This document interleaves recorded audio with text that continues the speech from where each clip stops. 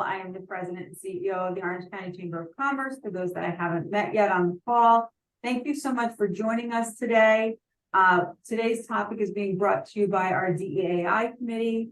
Thank you very much, Doug Hovey, for being our presenter, and I will turn it over to our committee chair, Earl Miller, for more information. Well, good afternoon, and thank you for joining us.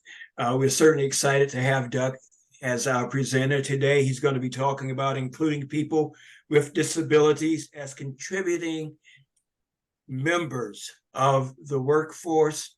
Doug is the founding Chief Executive Officer of Independent Living Incorporated.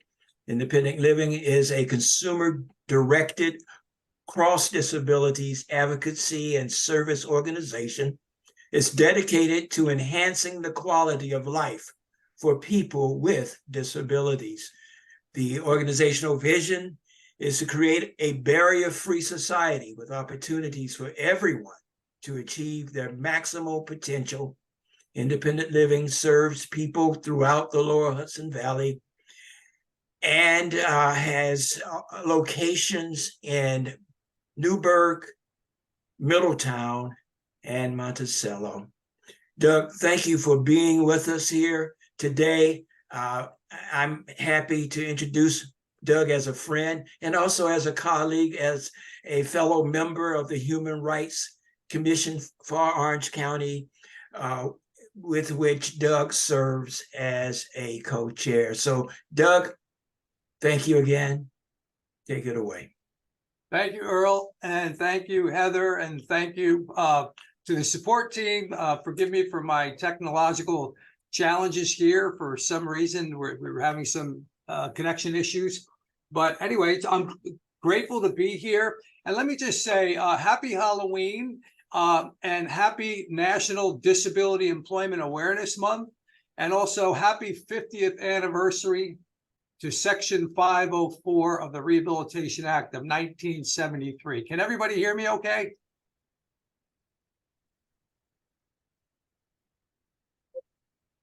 Am I being heard? I'm not hearing Yes. feedback. Doug, I think everybody's just on mute and they're giving you the thumbs up. Oh, good, great. Thank you. So today we're going to be talking about DEIA and emphasis on the A for accessibility, capitalizing on the strengths of people with disabilities in the workplace.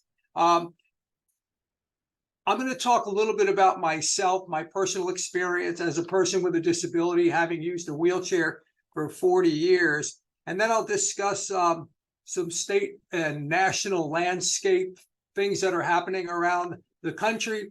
And then I will talk about specific strategies that employers can use to do more effective outreach, engagement, and recruitment of talented people with disabilities.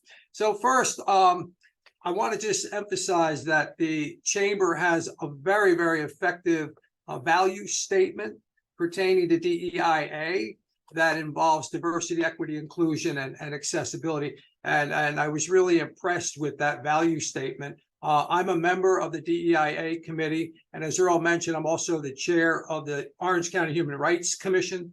And it is my true pleasure to be here today. I want to talk about National Disability Employment Awareness Month for a few minutes. NDEAM, as we fondly call it, is something that we do in the month of October. We bring greater attention to the employment of people with disabilities. And several years ago, I say several years, it seems like light years ago, but just prior to the pandemic, we had local events recognizing NDEAM, the National Disability Employment Awards Month, where we recognize individuals with disabilities and employers for their outstanding accomplishments. We're hoping to get that back on track and start having, we typically would have either a luncheon or a dinner or a breakfast and celebrate the accomplishments of people with disabilities. And again, employers who've gone above and beyond and have created successful work opportunities for people with disabilities. This year, the United States Department of Labor has been promoting NDEAM, as they do every year, But this year there's something unique and special. It's the 50th anniversary of the Rehabilitation Act of 1973. That's Section 504 of the Rehab Act. And this year's theme is advancing access and equity, recognizing the importance of ensuring that people with disabilities have equal opportunity to prepare for and succeed in the world of employment. So Section 504, again, enacted 50 years ago, it prohibits discrimination based on disability in employment by federal entities. So any organization that receives any federal funding was covered under Section 504 back in 1973, 50 years ago. And it's significant because it was the first federal legislation to address access and equity for people with disabilities. The Rehab Act of 1973 laid the foundation for the more comprehensive Americans with Disabilities Act, as did the Civil Rights Act of 1964. I always said that, we owe a huge debt of gratitude to our Black brothers and sisters who fought for their civil rights back in the 50s and 60s and continue to do so today, because a lot of the Americans with Disabilities is founded on those same premises. But these laws continue to be vital tools to advance access and equity for workers with disabilities in underserved communities, including people with disabilities. So those are three important things that we like to emphasize. The middle section here, New York State Disability Rights Employment Awareness Month, that's DREAM in New York State. That's last year in 2022, Governor Hochul proclaimed the month of October as the DREAM month. So we celebrate that now each and every year. Okay, so the benefits of employing people with disabilities, there's a huge untapped potential out there. And that's what I want to talk about, bringing some more attention to that. We have in New York State, we have 2 vocational rehabilitation programs that are operated by the state of New York. One is called Access VR. Access stands for Adult Career and Continuing Education Services, Vocational Rehabilitation. And then there's the Commission for the Blind. Access VR focuses on people with all types of disabilities, and the Commission for the Blind focuses on people who are either blind or have a visual impairment. And the mission of these VR agencies is to enhance employability and maximize independence. They're a great resource and provide vocational rehabilitation supports to people of all ages, including youth in developing vocational goals and supporting people not only to get a job, but to actually stay on the job. They help to provide job coaches that can assist people with disabilities and employers to make sure that the individual is being successful in the workplace and that they can carry out the essential functions of their job. They work with employers also to identify talented and ready to go, if you will, people with disabilities for the workplace. Now, after I had become disabled and during college, I was a client of Access VR, and this is many years ago, and they were a great support to me in helping to figure out what I wanted to be when I grew up. But, my personal lived experience with work helps me to really understand the challenges that people face when trying to get a job. Sometimes it's more than an interview. We tell people with disabilities that it's an audition. You really have to demonstrate to an employer during the interview process that you're capable of doing the essential functions of the job. So again, it's not just an interview. We say it's an audition. But as a person with a disability myself, knowing firsthand those challenges, I remember the first few jobs that I tried to obtain and being denied the first 2 times. In fact, I applied for a job, a local job, and the employer insisted that I wasn't physically capable of doing the job. And in the second application or interview, I was denied because the employer said I would be a security risk to his company. So needless to say, I didn't get either one of those jobs. And I can tell you, as a young 18-year-old who was newly disabled, there were really 2 things that were important to me. One was getting a job, and 2 was having a date on the weekends. And I I struck out at the job, but later became successful. So, and it was my third interview that I actually was able to secure a job working for an antique store, where this gentleman, the employer, actually could see my talents, and looked at my strengths and got to know me as a person. In fact, he hired me for 3 summers in a row while I was in college. When I graduated college, I went right to work, and had the opportunity to create what is now independent living in the Hudson Valley here. And we have 115 full-time employees in 3 locations, one in Newburgh, one in Middletown, and one in Monticello. And one of our main themes is to turn perceived deficits into assets. And back then, there was nothing more that I wanted to do than to turn my own perception of disability into something positive. And that has become the foundation of the independent living philosophy. So, and we also have a home care division that employs 675 home care workers who get up every day and provide assistance in the homes of people with disabilities and older adults. So the end result here is that we have an organization that not only at the board level is made up of many people with disabilities, but the staffing level as well. So many of our employees are people with disabilities who know firsthand what it's like to try to get a job in the community.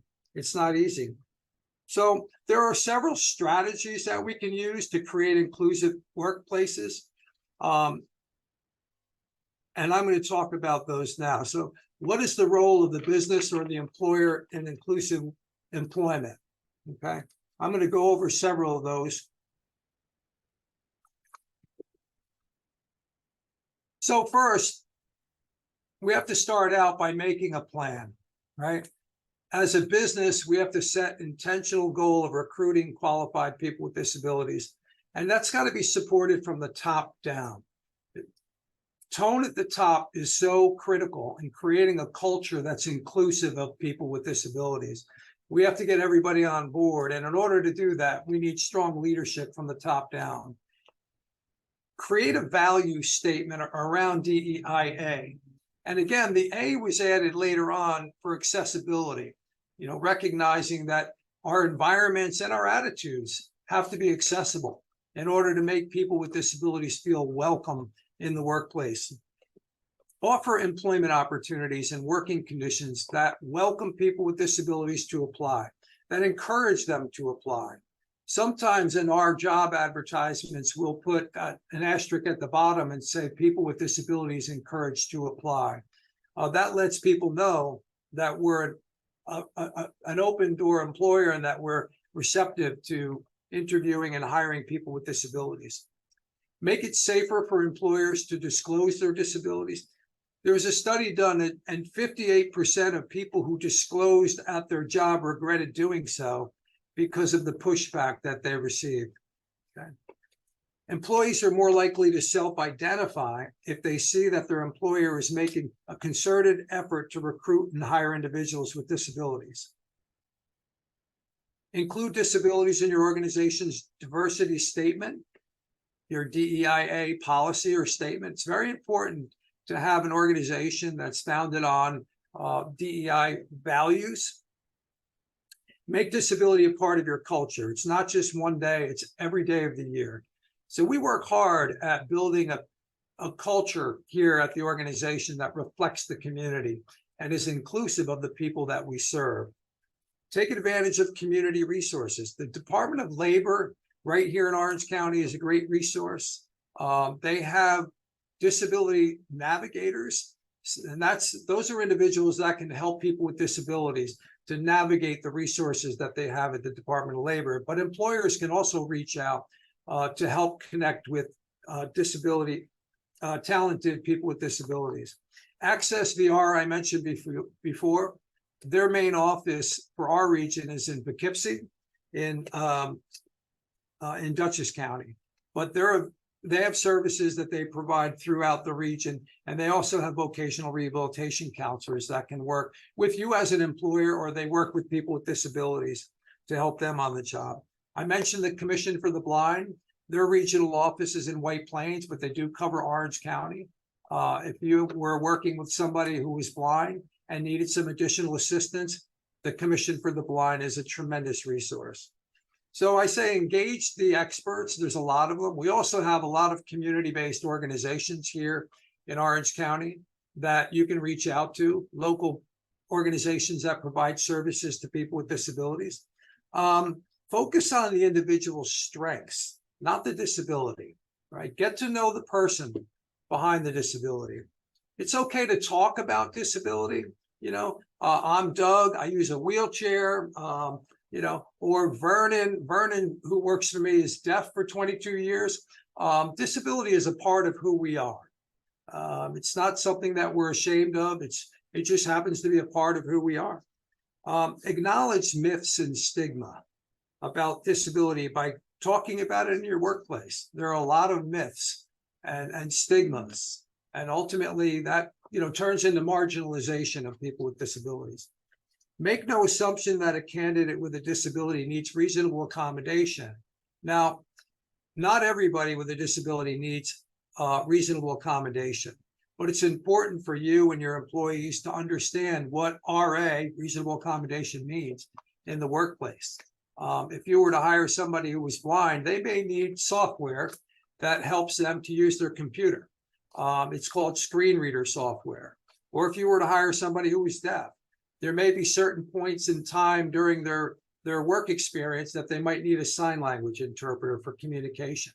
Or they may need a video phone for communication, so they're able to call people. But today, with smartphone technology, just about any of us can communicate with somebody who's deaf, because there's something called a relay service that allows us to engage with people who are deaf, and vice versa. If Vernon, who works for me, who's deaf, wants to call me, he can call me, and there's a relay operator that assists with the communication. It's a very effective means of communication.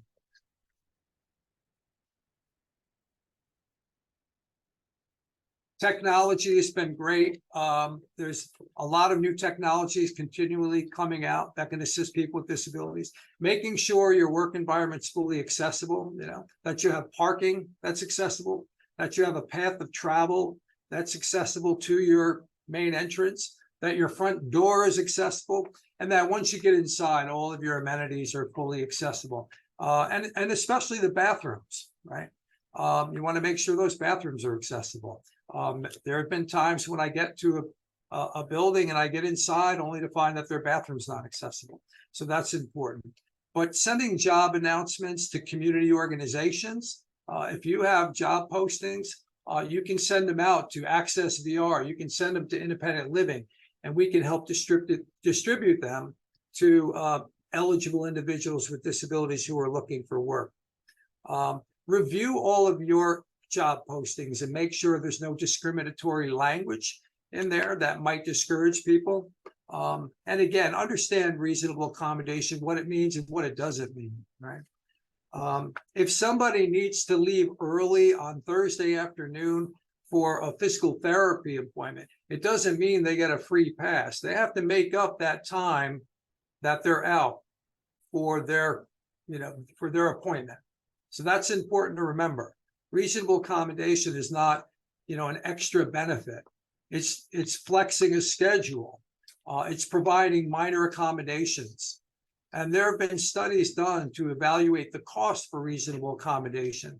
And typically a reasonable accommodation doesn't cost more than $300 or $400 per individual, on average, that is. So, the other thing is to remember is language. Language is not a trivial concern.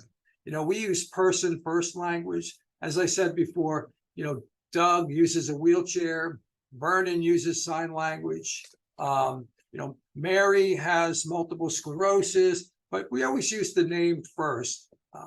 If you look at this cartoon on the screen, the lady says to the gentleman, "So what do you prefer to be called? Handicapped, disabled, or physically challenged?" And he replies back and says, Joe would be fine, right? And most people prefer to be called by their names rather than labels. So we try to move away from labels. And if you think about it, handicap used to be a commonly used term. We really don't use that anymore. That's an old English term that implied cap in hand, that people were beggars. And probably at one time, people with disabilities probably were beggars because they couldn't work to support themselves. Another old term is cripple. We don't use that. Certainly, that's an old term that's not used anymore. Or the R word, as we say, or retarded. That's a word that we get. It took us 20 years to legislatively eliminate the R word from New York State language. It used to be that one of the state agencies was called the Office of Mental Retardation, but now it's called the Office of Persons with Developmental Disabilities. So language evolves, and we're the architects of the language, all of us, and we all have an obligation to make sure that we use sensitive and appropriate language. Okay. I'm going to flip my slide here. So the bottom line is that if people can work, people should go to work. There's no question about that, right? Regardless of disability. And if you think work is too stressful for people, because we often hear that, oh, my doctor says I shouldn't go to work because it's too stressful. Well, we always ask people, well, how do you feel? And most people say they'd like to get a job. So, but if you think work is too stressful for people, then what about poverty and social isolation? How do you feel when you're living in poverty and you can't pay your bills, or you can't contribute, or you don't feel productive, right? Unemployment is bad for you, all right? Employment is a key social determinant of health, right? There's been lots of studies showing strong correlation and direct causation to poor health. When you're out of work for a prolonged period of time, people become depressed, and depression can lead to bad health outcomes, right? So side effects of unemployment: limited self-worth, increased substance use, increased psychiatric disorders, increased physical illness, reduced self-esteem, loss of social contacts, alienation and apathy, and poverty. There's again a lot of studies. This study by Wart was done in 1987, work, unemployment, and health effects. And it's an interesting study, and that was done 36 years ago. So these are important reasons why we want to support people with disabilities. So the vision of recovery, this is Michael Hogan. He's a former commissioner of New York State Office of Mental Health. I used to do quite a bit of work with Commissioner Hogan. I'll never forget, he said increasing employment for people with mental illness is one of the most urgent priorities in today's mental health system. And he clearly saw the correlation between employment, mental health, and physical health. They are all correlated, okay? So again, make a plan, set an intentional goal, create the plan, incorporate people with disabilities and recruitment of people with disabilities in your policies and procedures, create a DEIA policy, and self-identify, ask questions. There's so much good literature online today, and work with the vocational rehabilitation agencies. They're there, they're ready to support you in your efforts to recruit and hire people with disabilities, right? Include disability in your recruitment of DIA, okay? I said that. The importance of inclusivity. You're creating an inclusive culture, and there's always greater synergy when you do that, right? Make sure your application process is accessible. Understand a little bit about the ADA. Title I of the ADA is all about employment. Reasonable accommodation, I mentioned. Engage in local partnerships. Again, reach out to your resources. Express a commitment to the disability inclusion. Include inclusive language in your job posting and your messaging. Things like people with disabilities are encouraged to apply, or we value your contributions as people with disabilities. Those kinds of statements let people with disabilities know that you are interested and willing to work with them. So I thank you for this opportunity. Sorry again for my technological challenges at the beginning. but I'm open for questions.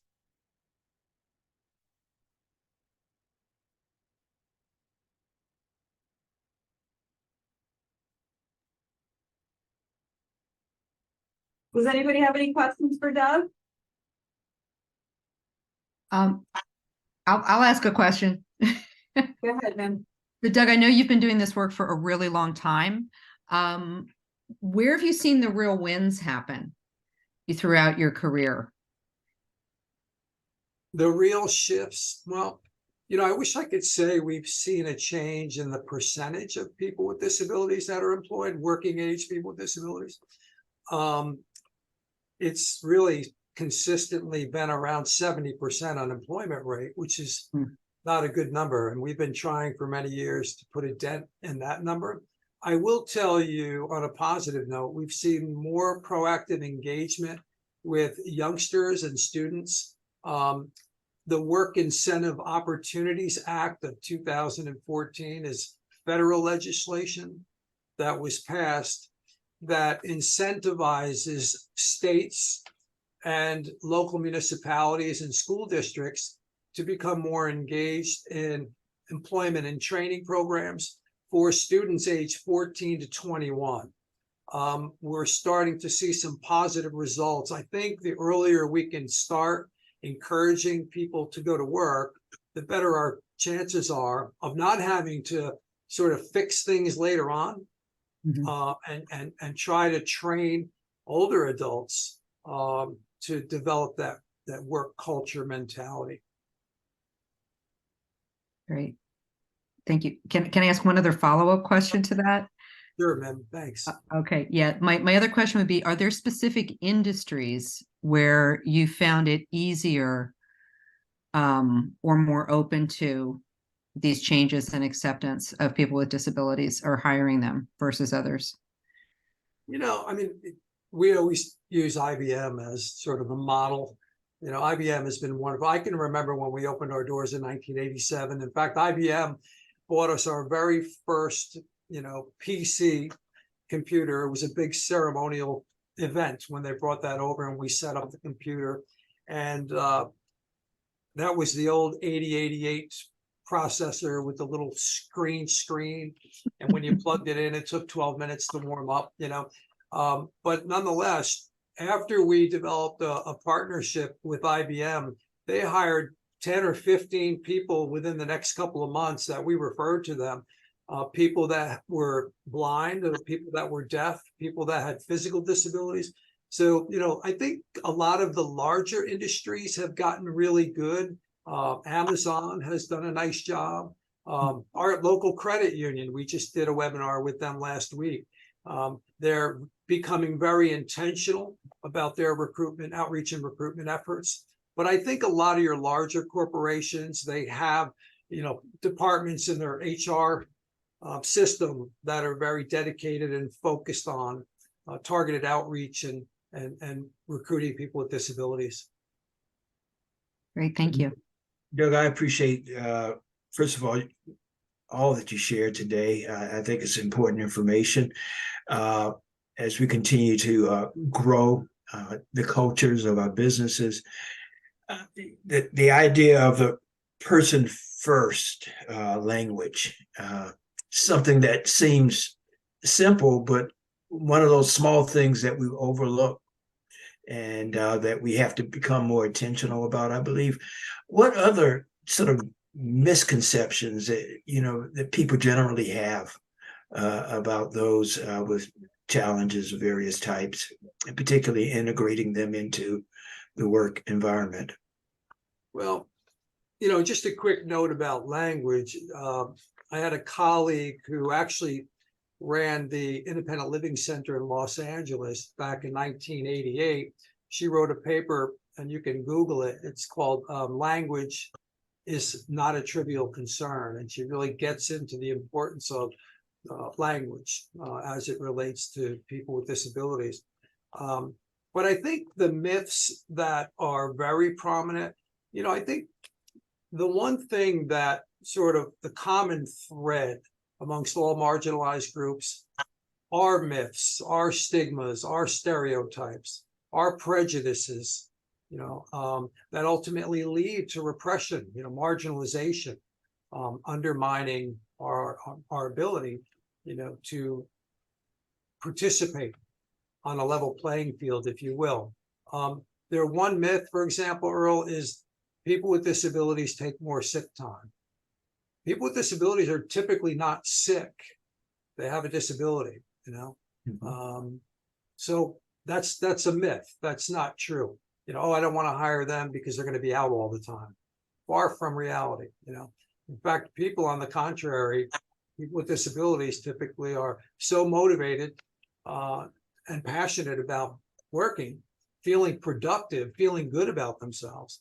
I think they make it a point to get to the job and do a good job.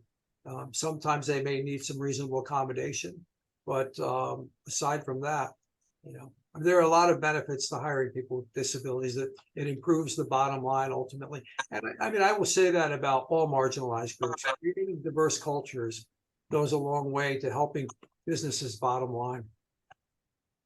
Great. Doug, I have a question. We talk about what we can do to be more inclusive employers and host a workplace that is welcoming for all. But what would you say would be, before we even get to this step, and this comes from, as you know, I had a brother that had muscular dystrophy that was confined to a wheelchair for his life. But he worked, and similar to you, and he went to school, he started out for 3 years, master's degree, and he worked. What can the schools, what can the educators, what can the parents be doing to be encouraging that 70% become less? Yeah, well, I think, parents can certainly support their children to have work experience opportunities in school.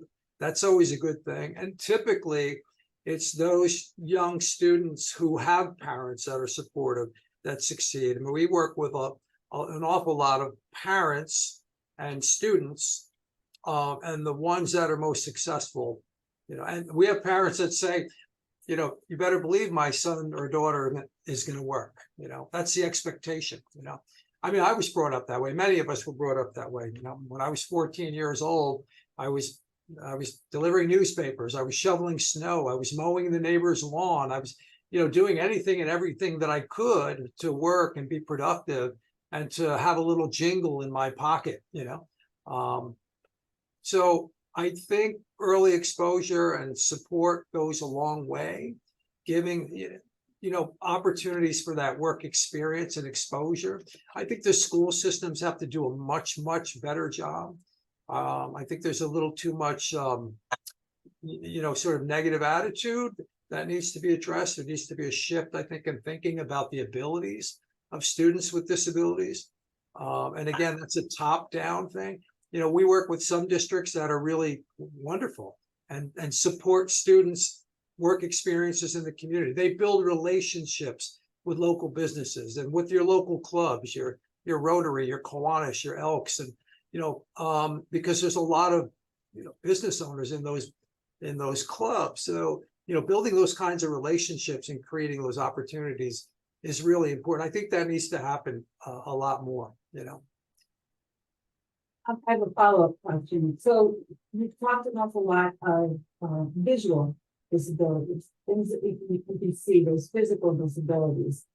What about the disabilities that they're unseen, your lupus, your PTSD? How can we as employers be more accommodating without violating HIPAA laws? So an employer has job descriptions and they have a list of essential functions. And that's what they're evaluating, whether or not a person, regardless of disability, can achieve those essential functions. It's the employee's responsibility to request reasonable accommodation. So if I go to work somewhere and I have a particular need, it's my responsibility. And if you read the Americans with Disabilities Act, it specifies that under Title I that requests for reasonable accommodations should be put in writing. Not everybody does that. Not everybody needs to do that, but it documents that there is a disability and that there is a request for a reasonable accommodation that should go into the person's HR file, and that accommodation should be evaluated in the context of feasibility, right? So there's reasonable accommodation, and then there's something called undue hardship. If I come in and I'm blind and I say I need a $20,000 computer, well, that may pose an undue hardship for a small business.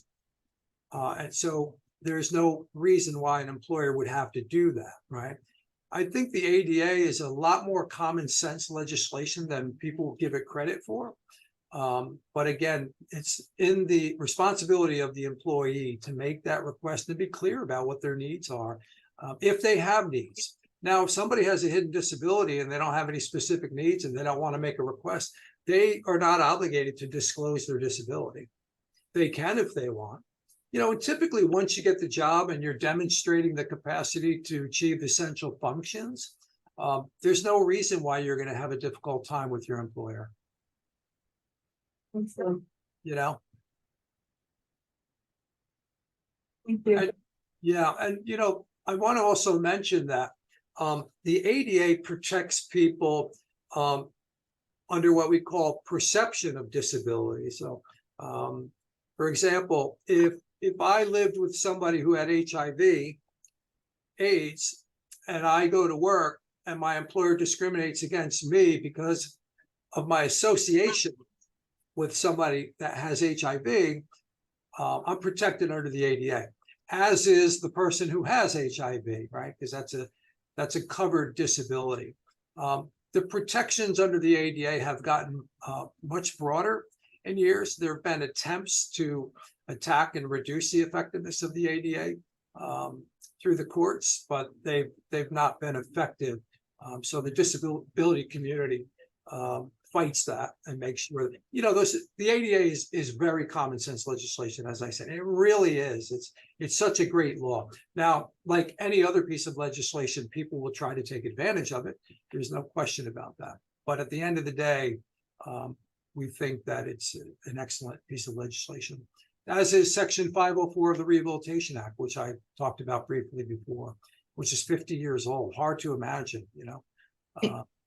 Doug, can I ask you, like, because I know neurodiversity, right, has been a bigger and bigger discussion, and I've seen some, I'm curious about how you see that fitting into that legislation. Is that even on the table as part of that discussion?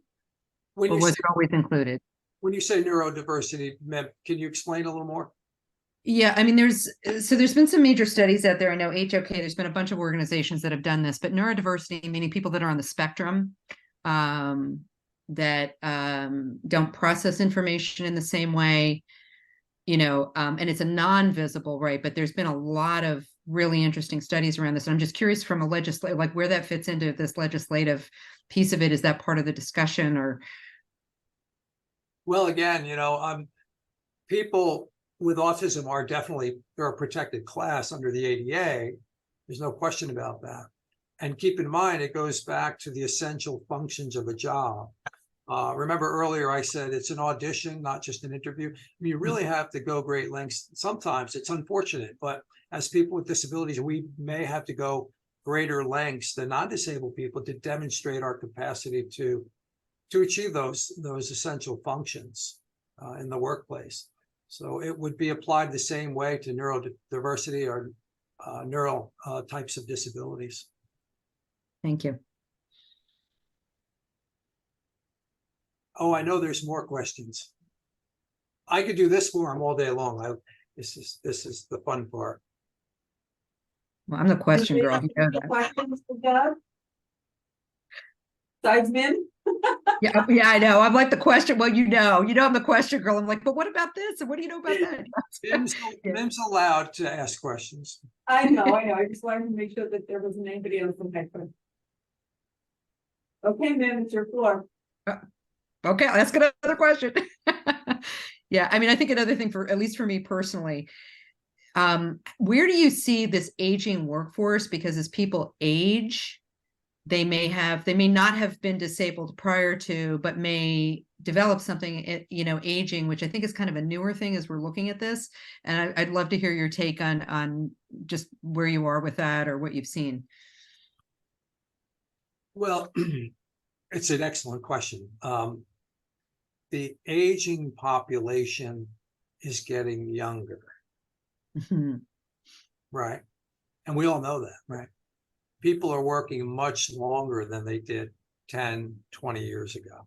Right? People are working well into their 70s today. We hear it all the time. I mean, the old retirement age was 60, the new retirement age is 72. I don't know. Or if you do retire in your 60s, you do something different, so I think we're going to see a need for, reasonable accommodation and a deeper level of understanding to support older adults in the workplace. And many of them, and they just there's so much to offer, so much wisdom, I think, that we gain by including older adults in our workplace, So I think there's an evolution afoot, and I think the baby boomers are largely responsible for that. They're sort of demanding that they continue to be, in the workplace, and that, yeah. Does that answer?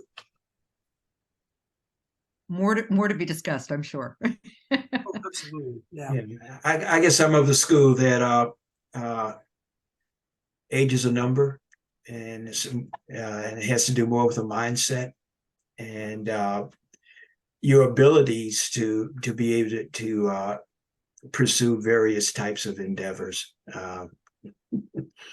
As a baby boomer, at least that's how I see it. But Doug, what's next?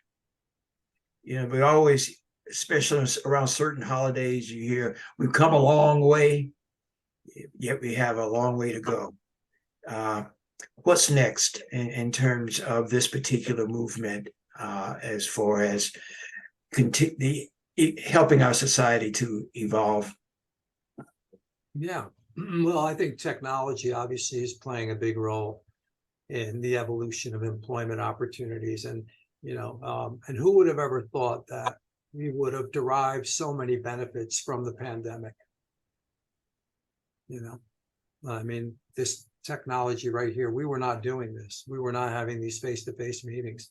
And I'll tell you, in the last few years, because of the pandemic, we have had more face time with our legislative body and bodies, state and national, with the governor's staff. We're able to bring people with disabilities that receive our services to the forefront, to get them front and center with legislators, and so they can tell their stories and impact them and help us and convey the reason why we're trying to get certain pieces of legislation passed, or policies or regulations implemented, or changing regulations. There's the master plan on aging is a big initiative under Governor Hochul right now. It's huge. And then we also have the Olmstead Plan and the most integrated setting law. I serve on councils and commissions for both of those. But this is sort of changing the way we do business, and technology has exponentially enhanced our capacity to engage with our leaders so that we've become more of a learning state. That's a big shift that I've seen just in the last few years.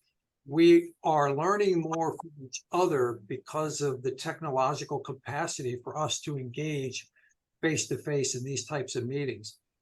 I can have 5 or 6 meetings with different legislators and state leaders and governor staff on any given day without leaving my office. We are doing, obviously, in person. We've just come back from a couple of large conferences in the last few weeks. Seems that September and October are always big conference months for us. I have another one next week at Mohawk Mountain House on older adults in housing, alternative accommodative housing. We're trying to figure out strategies for keeping people out of nursing homes and let them continue to live and be a part of their community. So there's a lot of new efforts underway. But I think we're seeing a real rapid change process as a result of technology. A lot of forces at work, I think. Any thought on how AI might contribute to that evolution? Yeah, I mean, AI is going to play a huge role. We're starting to see that now. I mean, with technology that can be set up in the homes of older adults and people with disabilities that can help to, prevent falls and to identify issues that are emerging that could negatively impact a person's health or quality of life, or crisis response systems that are demand responsive to people. Yeah, there's a lot going on with AI. They have these new there's strobe lights that are set up in older adults, and they're set up for people, particularly for people who live alone. They detect motion. So if you put one up in your bedroom and you start to motion to get up, a dim light comes on. And as you motion more and your feet go towards the floor, a light comes on that lights a path to the bathroom. And involved in that, connected to that, is a computer and software that can actually communicate to other family members to let them know if a dangerous situation is about to occur. But it's almost real time and interactive with some, and you can be across the globe and have access to this information now if you want to monitor your older adult who's living. But I think there's going to be a lot of different new technologies. It's great. It's sort of scary good, Yeah, it's sort of two sides to that coin. Coming up on that hour now, so I'm just wondering if there's anybody else that has any questions, and we certainly apologize for a little bit of time that it took when we were starting. Any other questions for Doug or for Earl as the head of our committee? Right, well, we are going to take this and put it on our YouTube channel as soon as we get the recording, and we can also reference this recording to your friends as well. I think Earl wants to say one more thing. Right. I just want to again thank Doug for being here and for the informative sharing today, and we want to thank all the attendees. We appreciate your support. And hopefully you will join us in the future as we continue this series of Lunch and Learns. Yes, we have quite a robust list of opportunities to report on next year. So it'll be a great opportunity for you to get more involved with our DEI committee. Very proud of the direction that the committee has taken. Thank you for your leadership, Earl, and thank you again, Doug, for sharing today your expertise. Have a wonderful day, everybody. Take care. Bye-bye.